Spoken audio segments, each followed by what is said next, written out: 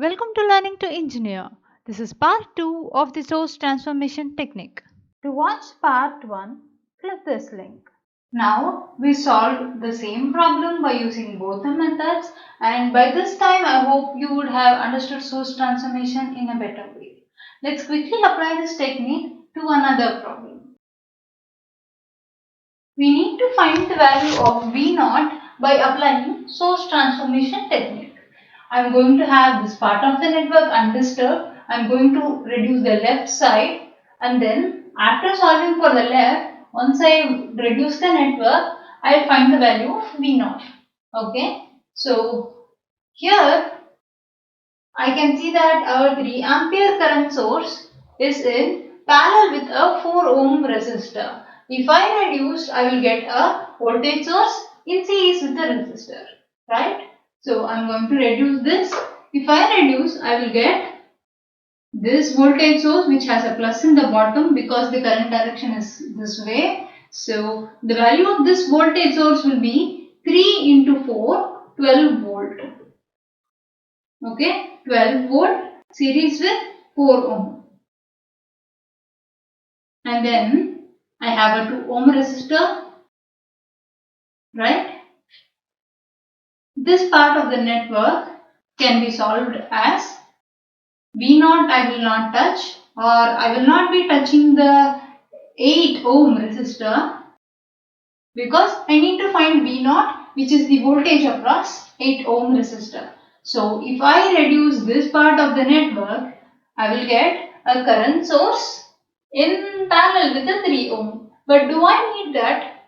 I don't need that, right? Because if I have that, I will again complicate the network into a 3 loop circuit.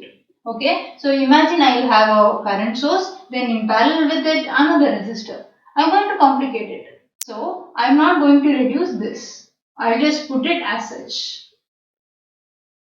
Whenever you are asked to apply source transformation technique, you need to decide and intelligently apply this technique to one part of the branch, which if you reduce, it should simplify the network. It should not complicate the network. Okay, so in this case, I am not going to solve. I am not going to apply source transformation technique here.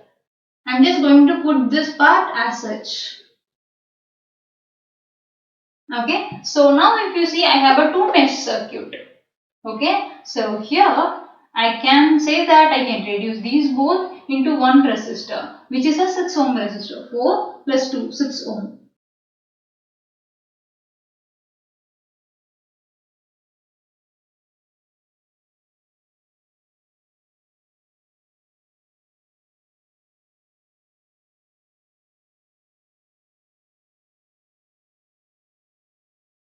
So here I have two sources again. So when I have two sources, I can apply Kirchhoff's current law here, because further down if I reduce, I am still going to apply Kirchhoff's current law to solve it, or I will complicate the network, then I will use Kirchhoff's current law. So at this point in time, I will not be applying source transformation technique anymore. Here I am going to consider that this voltage is a positive voltage, or the current is entering into this loop and into this loop, and the current is supplied by this voltage source. So in that case, I can label this as IA and IB and IC. I'm just assuming current directions arbitrarily.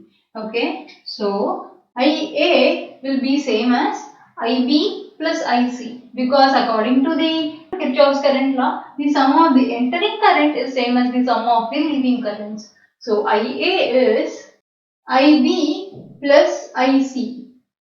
What is this current? The current is voltage divided by resistance. Between these two nodes, the potential will be 12 minus V0.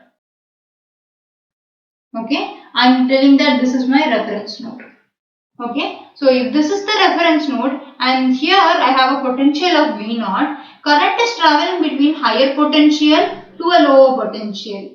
So that is why the current direction is into the V0 node, not into the other node. So this current will be 12 minus V0 divided by 3 ohm.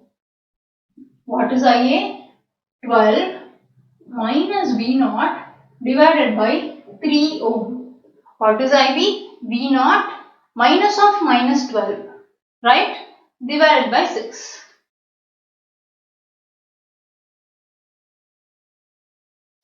Plus, what is IC? V naught divided by 8. If you want to solve more problems or if you want to understand Kirchhoff's current law better, click this link. Okay? So now we will solve this and then find V naught. If I solve, I will be getting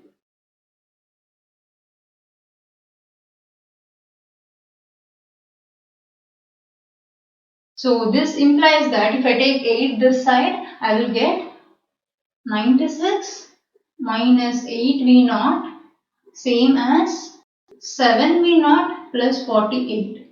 What I am going to do, I am going to put 48 this side and 8 that side. I will get, this implies V naught is 48 divided by 15, 3.2. The voltage across this resistor is 3.2 volt.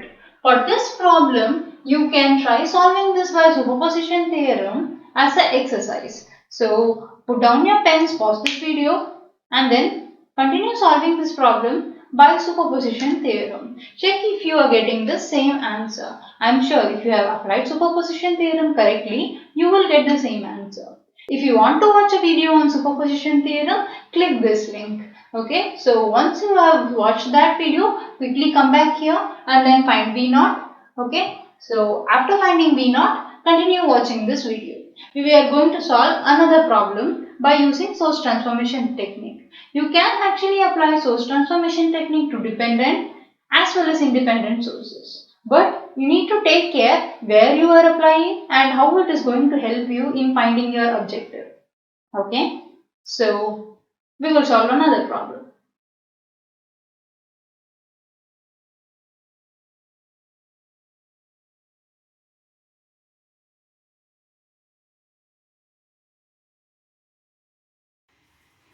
Find Ix by source transformation technique. By this time, if you feel like you have expertised in this technique, you can pause the video and you can very well solve it by yourself and then check for the answers. Okay, I am going to solve this problem now. In this problem, we need to find the value of Ix. Here we have a dependent source of 2Ix, so we should not disturb this node. If we disturb, the value of this will change and Ix will not be same as this topology. So even though we find a current source in parallel with this resistor, we should not reduce it because it is what is asked. The current Ix is what is asked. So we should not disturb this part of the network. We can however reduce the voltage source in series with the resistor 5 ohm. So if I do that, I will get a current source, a dependent current source obviously, a dependent current source parallel with the resistor 5 ohm. Okay, so if I reduce, I will be getting 2Ix voltage divided by resistance is current source. So this is 2Ix divided by 5. Okay, so this is my dependent current source and now I am just going to copy this network. I am not going to make any modification here. This is Ix and then this is the 24 milliampere current source. Like I said earlier, if we reduce this, we are complicating this network. It was a 2-mesh circuit and now it has 3 meshes. We are expanding the network, but this is the right approach. We should not reduce both of them in order to simplify the network because our objective is to find the current through the 10 ohm when both these are in parallel. Where once the topology changes, the current through it will vary. In that case, it is not the same thing that is asked. Okay, so never make that mistake. We have one current source which is entering this node and we have another current source that is leaving this node. So the net current source that is entering will be 0.024, that is 24 milliampere, minus 0.4 Ix. This is the value of the final current source and this is Ix. In order to find Ix, we can apply current division rule. Ix will be into the other resistor divided by the sum of these two resistors. So it is 17 Ix is 0.12. So what is Ix? Ix is 0.12 divided by 17. This is 7.058 milliampere. This is the value of Ix. Okay. I'll now tell you a common mistakes which students generally make in this kind of a network. Okay. Seeing a current source parallel with a resistor, they will quickly club this into a voltage source like this. Voltage source with this, whose value is 240 millivolt or 0.24 volt. Okay, and it will be series with 10 ohm resistor, and then you will have a 5 ohm 2Ix current source, and they will say that this is Ix. This is wrong, because in this problem they have given a current source which is parallel to this 10 ohm resistor, and they are asking you to find this current which is passing through the 10 ohm resistor. So in that case you should not disturb this resistor. Okay, even though if you reduce this you will complicate the network, yes, but this is the right approach. Okay, so even though it is the even though you are converting a 2 mesh network into a 3 mesh network, this is the correct approach. You are not supposed to disturb the part which is asked, or you can also say it like you have a dependent source here, right? So this source depends on the current Ix which is flowing through 10 ohm resistor. So Ix should not be disturbed. If you are disturbing Ix, if you are converting it like this, the value of Ix will differ. So is the value of the dependent source. So this approach is wrong. Don't make this mistake.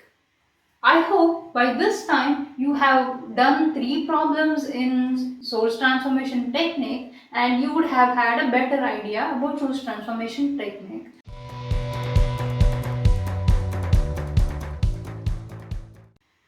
I am now going to summarize the source transformation technique for you. Okay, whenever you have a voltage source in series with the resistor, it can be converted into a current source in parallel with the resistor. This is source transformation technique, and you need to apply it in such a manner that you are reducing the network but you are not modifying the topology of the network. If you have a dependent source especially, you should not disturb the current Ix. Okay, so having these two things in mind, you can solve any problem by source transformation technique, provided it follows this criteria. If you have a voltage source parallel to a resistor, you cannot reduce it. Okay, you cannot reduce it by source transformation technique. So you need to apply other techniques like mesh analysis or nodal analysis or superposition theorem in order to solve that. Thanks for watching. Let me know your thoughts in the comment section, or if you feel like you need to have more topics on this video. If you want one particular topic to be featured in this channel, let me know your thoughts. You can email to learningtoengineer@gmail.com, or it feels easier to just type your comment in the comment section, right? You can do that as well. Thank you.